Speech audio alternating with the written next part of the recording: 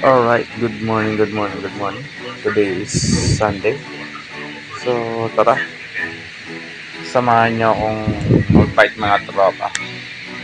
And then, puntahan na rin natin yung kaganapan dun sa Manawi, yung mga binaha.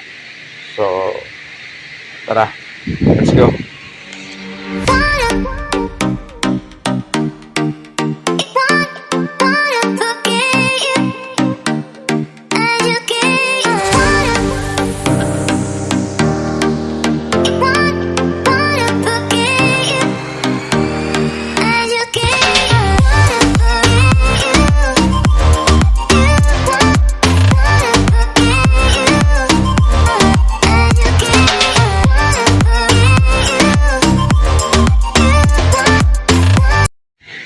So, alright, nandito na tayo sa Banawe.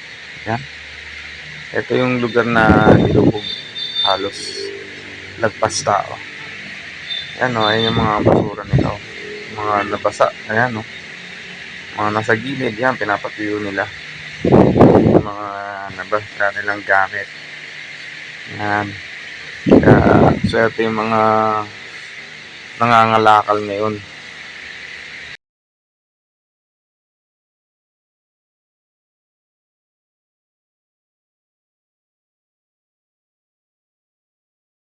Ayan guys, oh. Grabe, ang dami. Ayan. Ayan. Ayan pa, mga nasa gilid. Tsaka itong kantong-kanto na yan. Yan, nilubog yan. Yan. Yung gasoline station na yan. Ayan. Sarado sila dahil yun nga, nilubog sila ng tubig. So, ikutin pa natin yung ibang ano rito. Kaganapan dito. Alright. So, ito habang binabagtas ko tong biyak na bato, may nakita ako dito na aksidente. Ayan, boss. Oh. Ayan, no. May aksidenteng naganap. Kaya habang papalapit ako, tinitignan ko kung ano yung aksidente na nangyari na yan. Yan. Yan. Tapos, nakita ko siya. Yan, may nakahiga na Lala Move rider. Patay na daw. Kaya, mamaya titignan natin. Ikutan natin ulit siya. So, ito yung mga lugar na binaha. Yan, mga nabasang gamit. Yan, o. Dami. Dito halos umabot ng lagpas tao ang baha rito. Yan. Yan, yung makikita nyo na yan na kanto na yan, yung Mighty Mart na yan. Halos wash out yun. Nabasa lahat ng paninda nila, yung kantong-kanto na yun. So, ito yung mga ibang damit ng mga nabasa na mga matira dito. Yan. Ayan, yung nakikita nyo na gasolinahan, lubog din yan. Halos mabot din hanggang bubong yan. Kaya ibang mga nakatira dyan talagang nag-evacuation talaga. Yan. Yan, dito rin sa kanto na to. Yan, lubog din dyan. Halos lagpas tao rin dyan. Kaya mga kabahayan din talaga lubog talaga. Ayan, no. Mga bahay dyan. Sa gilid niya, magkabila. Lubog din yan. Kaya mga gamit nila yun, ang dami. Oh. Dami na mga nabasa.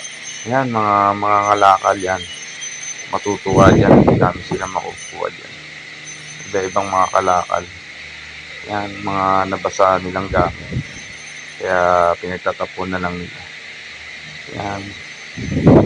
So, ayan po yung lugar na binaharin. Halos lagpas tao rin. Nakikita nyo naman po yung mga basura nila sa gilid. So, ayan din yung mga binaha. Ayan. Magkabilang side. Ayan po yung mga basura nila. And then, yung mga binaha. Halos talagang umabot talaga ng bakod nila yan. Mo, mga basura nila nabasa. Yan. Tapos dito po yung part na nag-viral po. Kay Gerald Anderson. Parte dito yan eh. Sa may anong street yan. Basta ito yung street na to. Tuturo ko sa inyo kung saan yung nag-viral. Na niligtas ni Gerald Anderson. Itong bahay na to. Yan. Yan yung bahay na yan. Yan siya nagligtas ng tao. So, ito po yung nakadali po doon sa Lalamove Rider. Ayan po na shuttle na puti. Yan. Kumampas siya ron. So, ayan po yung tao na nakahiga. Yan. Patay na po siya. So, hinihintay na lang po yung ambulansya na magdadala sa kanya sa morgue. Yan. Kawawa naman kung sino man po nakakilala dyan. Sana po mapuntahan na po ng mga kamag-anak. Alright. So, alright. Dito ko natatapusin tong vlog ko na to.